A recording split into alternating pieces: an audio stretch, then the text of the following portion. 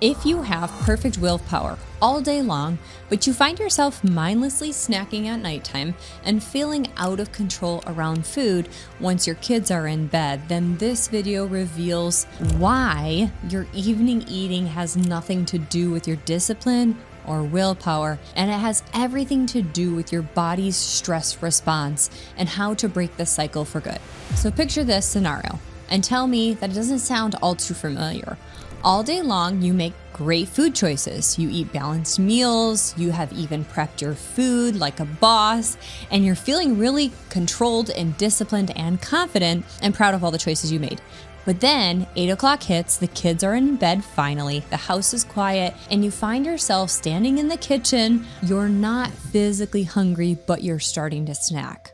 A handful of crackers here, some leftover Halloween candy maybe, a bowl of cereal because you've had a long day. And before you know it, you have eaten more calories in that hour to 2 hour window than you did during the entire day of being good. And then you go to bed feeling frustrated and disappointed in yourself and confused, like, why can't I control myself? Why don't I have good willpower during the day? And then completely lose it at night. Well, this is what you need to understand. This is not a willpower problem. This is a cortisol problem. Your nighttime eating isn't happening because that you are weak or undisciplined.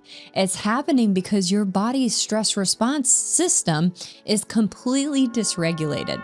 So here's what's really going on. During the day, you're running on adrenaline and cortisol. And these stress hormones that are actually part of keeping you alive, they will suppress your appetite, which is why you can go hours without eating and feeling satisfied on all these little tiny portions of meal all day long. And then as the evening approaches, your cortisol levels should naturally start to drop to prepare your body for sleep. But as busy moms, your cortisol levels oftentimes stays elevated due to chronic stress. And when cortisol finally crashes, your body interprets this as a threat. It thinks that you have been in the survival mode all day long, and now you need to replenish your energy stores immediately.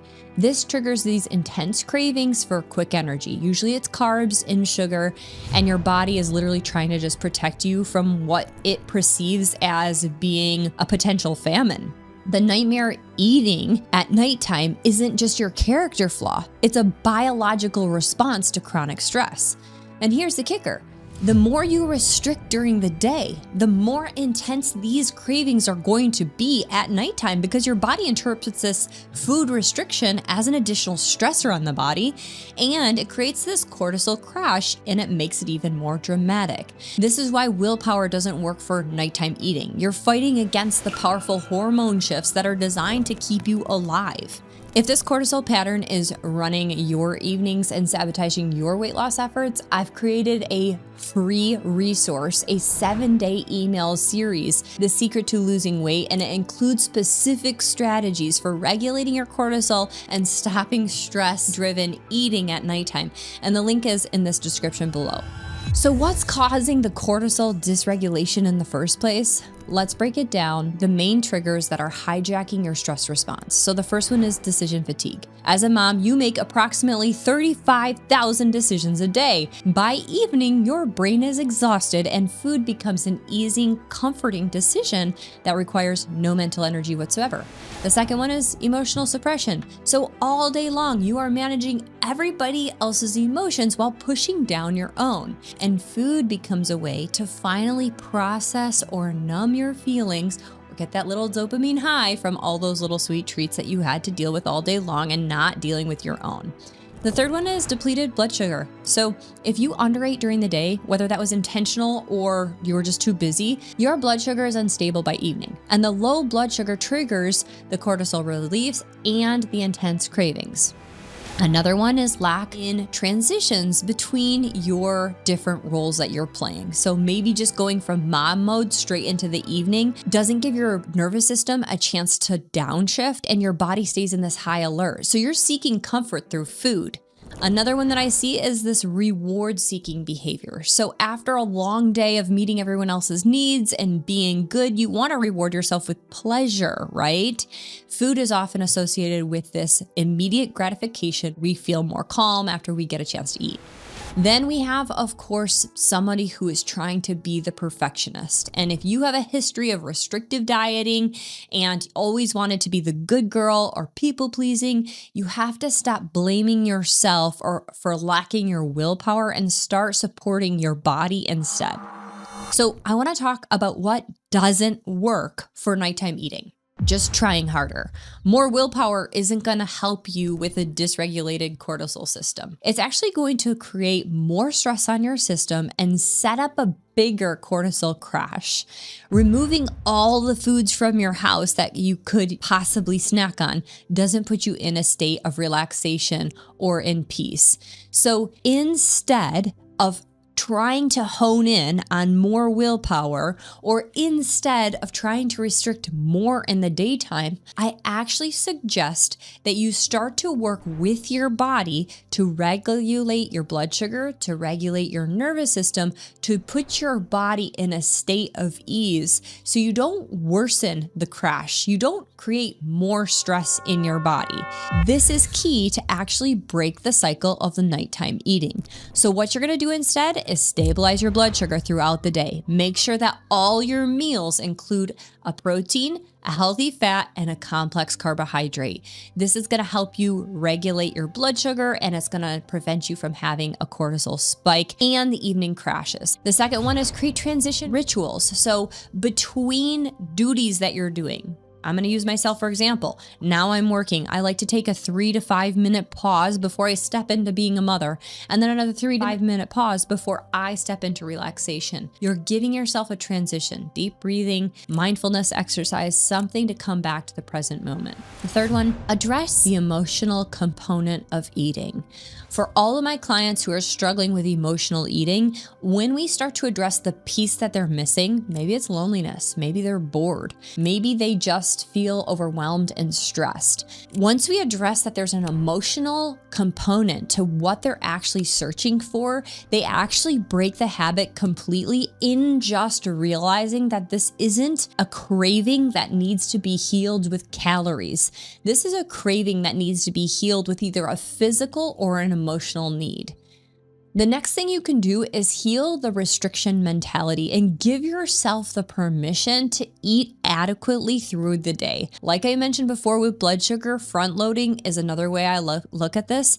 It's how we're going to actually fuel yourself throughout the day so you're not feeling completely calorie depleted before you're going into bedtime. You need to actually create the time and the space, a calm environment for you to sit down and eat food throughout the day. And my goal when I'm eating is that you're sitting down, eating a full meal until you're about 80% full. And that meal should be able to carry you about 4 or 5 hours without needing snacks in between. The nighttime eating is oftentimes a symptom of not fully taking care of yourself during the day. Ask yourself these questions. Am I eating enough through the day? Or am I consciously or unconsciously restricting too much? Are you addressing your own needs, whether that's physical, mental, or emotional? Are you allowing yourself pleasure or comfort during the day? Or is food your only source of relief? And are you processing emotions as they arise? Or are you stuffing them down until you literally stuff them down with whatever kind of food that you eat later in the nighttime? The most powerful shift that you can make is to stop this nighttime eating as something that is something you need to control, but rather take it as it is a symptom for something that your body is looking for. And when you start meeting these needs throughout the day, then the nighttime hunger cues that strike up isn't going to happen as much because now your cortisol is actually regulated. You will finish your dinner and you'll feel generally satisfied. You can sit and watch a movie without having to eat popcorn or candy or chips at the same time. And if you want an evening snack, it's a conscious choice and not a compulsion, knowing that I really didn't eat enough today and I'm consciously choosing to eat something that's going to fuel myself. These statements I just made aren't a fantasy. It's what happens when you start to address the cortisol dysregulation and the nervous system overwhelm, and these tools exist. The science is clear, and most importantly, you deserve to feel in control, calm, and safe around food in your own home and in your downtime. Just because the kids are in bed, just because it's quiet in the house, just because you're alone, doesn't mean you need to go and binge on food. It means that you need and now have the safe space to give yourself what you actually been craving and needing all day long. If you like this video, give this a thumbs up, hit subscribe for more videos like this where we address the real root causes of eating and struggles when it comes to eating.